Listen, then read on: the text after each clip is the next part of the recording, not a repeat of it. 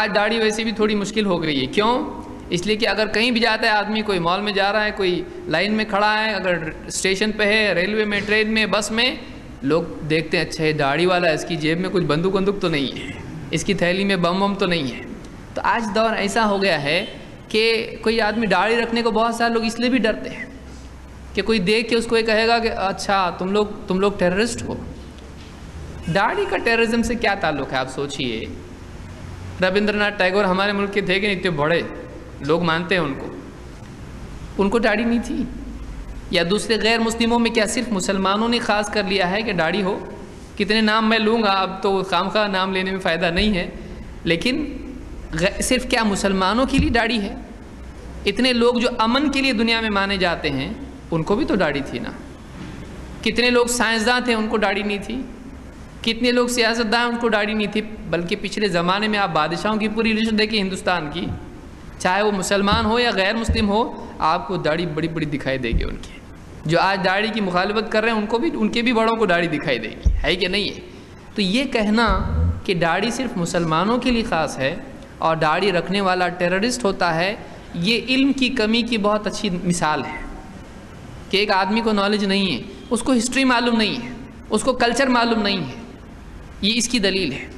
تو کوئی آدمی اگر داڑھی کو ٹیررزم سے جوڑتا ہے تو اس کو ابھی تک کہ یعنی اتنی سمجھ نہیں آئی ہے جتنی اس کو ہونا چاہیے تھی. داڑھی کا ٹیررزم سے کوئی تعلق نہیں ہے.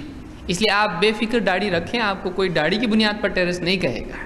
لوگوں میں غلط فہمی اس کو آپ دور کریں. اور میں یہ سمجھتا ہوں کہ دنیا میں آج جو کچھ بھی ہو رہا ہے، مسلمانوں کے ساتھ برائیاں ہو رہی ہیں، اس میں بلا شبہ یعنی بہت سارے لوگوں کا ظلم و جبر ہے. لیکن ایک طرف ہم یہ بھی دیکھیں کہ کیا واقعی جو آج ہمارے دشمن بنے ہوئے ہیں، کیا ہم نے اسلام کا پیغام ان تک پہنچایا؟ وہ کیوں ہمارے دشمن بنے ہوئے ہیں؟ وہ کیوں آج ہم کو غلط سمجھ رہے ہیں؟ ہم کو دشمن سمجھ کے تو مار رہے ہیں نا. تو کیا ہم نے واقعی ان تک پہنچایا؟ اگر ان کی سمجھ میں آ جاتا رہی اسلام تو میرے کام کی چیز ہے، یہ جو اسلام ہے بہت اچھی چیز ہے اور مسلمان ٹیررسٹ نہیں ہوتا ہے. اگر واقعی اس کے سامنے اسلام کا صحیح پیغام چلا جائے تو وہ کیوں آپ کی دشمنی کرے گا؟ کیوں آپ کے ساتھ یعنی بدسلوکی کرے گا؟ اس کے ساتھ ہمارا رویہ، اس کے ساتھ ہماری بات چیت، اس کے ساتھ اس اسلام کے پیغام کے سلسلے میں کوئی ہمارا کمیونیکیشن کہاں ہے؟ ہمارے اپنے پاس اسلام کی معلومات نہیں ہے. بتائیے دنیا میں ہم کہاں سے دیں گے؟ تو کتنے لوگ ہیں آج دنیا بھر میں جو اسلام کو اپنا دشمن سمجھتے ہیں؟ وجہ یہ ہے کہ ان کو اسلام کیا معلوم نہیں ہے. اسلام کہاں سے پہنچ رہا ان کو؟ میڈیا کے ذریعے سے، کچھ مسلمانوں کی غلطی کی وجہ سے، کوئی بھی پڑوسی کی اس کی غلطی کی وجہ سے. تو سماج میں جو علم کی کمی ہے یہ ایک بہت بڑا ذریعہ ہے لوگوں کا مسلمانوں کے ساتھ ظلم و زیادتی کرنے کا. اس میں ان کی اسلام کے دشمنوں کی سازش ہے، کوئی شک نہیں اس میں. لیکن صرف یہ ایک ریزن نہیں ہے، اس کو بھی یاد رکھیے، یہ بہت بڑا ریزن ہے. کچھ لوگ ہیں بیچارے اسلام کی دشمنی، مسلمانوں کی دشمنی ہیں وہ، لیکن اس میں ہمارا بھی ایک حد تک قصور ہے، ہم اس کا انکار نہیں کر سکتے ہیں.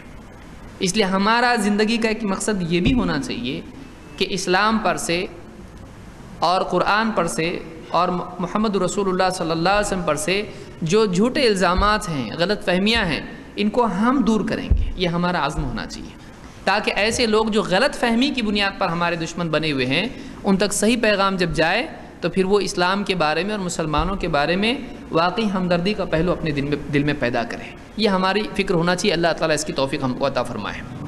اور جو لوگ خامخواہ اسلام کے دشمن بنے ہوئے ہیں اللہ ان کو ہدایت عطا فرمائے، ان کو سدھرنے کی توفیق دے اور مسلمانوں کی ان کے شر سے حفاظت فرمائے اور مسلمانوں کو کچھ ایسا کرنے سے بچائے جس سے سماج میں یعنی خرابی اور انارکی پیدا ہوتی ہے. مسلمانوں کو بھی کچھ ایسا کرنے سے بچائے رکھے.